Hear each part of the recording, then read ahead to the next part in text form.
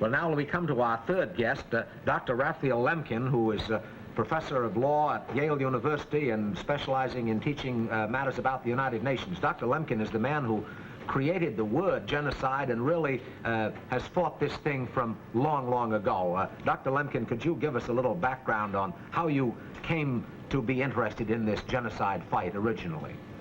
Gladly, Mr. Howe.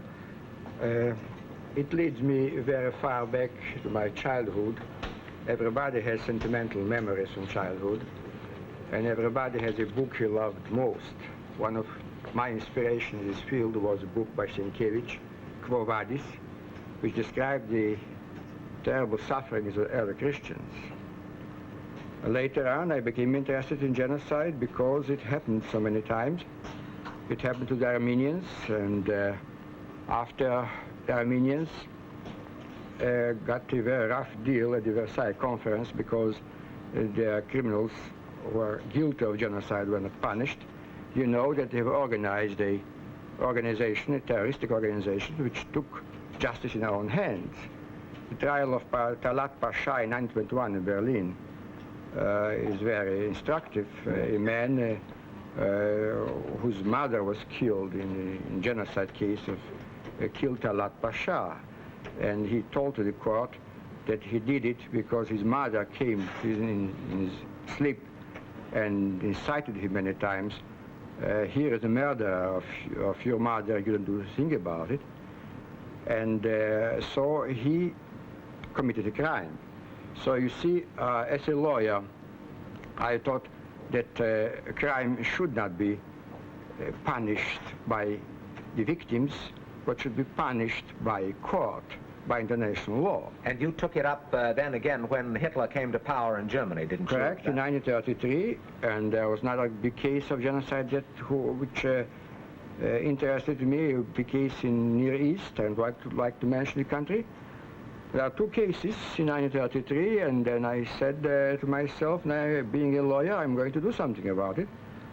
And I submitted a draft convention to a conference of legal experts, which were connected with the League of Nations. And however, no action was taken.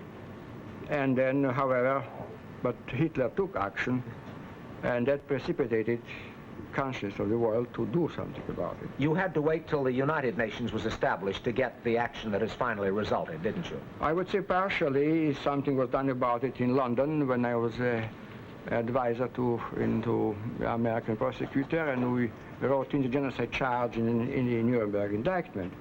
Unfortunately, the court took a restricted rather stand on genocide and punished on the crimes committed in connection with war. So as far as genocide committed in time of peace, strange as it might seem, it was still a lawful thing. And therefore I tried to interest the United Nations, and I have approached three delegations, delegation of Cuba, Panama, and India, sponsored the resolution, and then we started the ball rolling. Well, that brings us to the United Nations and to Dr. Cano, who is an official of the United Nations. I think some people who've watched this program may think that the United Nations officials are just bureaucrats sitting back at desks. Dr. Cano, won't you disillusionize us about that and tell how you got to be interested in genocide? It's a pretty grim story, I know. The answer is very simple. You know that I am of Czechoslovak origin. And I think the name of Lidice is very well known to every American. Yes. And so you see that if Hitler had won the war, so not only the Jews, but surely all the Czechoslovak and all the Polish people would have become victims of genocide. And you, during the war yourself, were in the French underground, is that right? Yes, because I managed to escape from Czechoslovakia, but I could not escape from France, so I had to live there under German occupation, and of course I worked for the right cause in the underground. Well, now I'd like to get around to the United States because I think a lot of American listeners want to know some things about this convention, which I think Congressman Sella can probably answer better than anyone. Does this convention, Congressman Sella, become binding as soon as it's ratified, become binding upon us? Well, there's a provision in the convention that asks the contracting parties to implement said convention to provide effective penalties for persons guilty of genocide or any other acts enumerated in the convention. There would be a moral obligation on the part of the United States to pass legislation once it ratifies the treaty to implement it. And is there any American tradition that supports endorsing such a proclamation, declaration as this? There undoubtedly is sufficient tradition for that, for the ratification of that convention. This country was built up by men and women who fled religious persecution in Europe. Killing and torturing members of religious groups was not new at that time in Europe. When the founding fathers gave us our Constitution, that is the reason why the American people and the American leaders always disapproved of barbarities of the sort that has just been flashed to the television audience on the screen. President Wilson, a great Democratic leader, tried to save the Armenian people from genocide during the First World War and shortly thereafter. The American people, without distinction of party affiliation, poured forth millions to help victims of genocide, both after the First World War and after the Second World War, and also at the beginning of the century. We were at the receiving end with reference to the evils of genocide. We have to pay the piper, and therefore I would think that we should pass this international statute, ratify it, so as to prevent a recurrence of genocide. Well, I know also, Mr. Howe, that President Truman has embraced the declaration of genocide. Well, let me ask you one perfectly blunt question, if I may.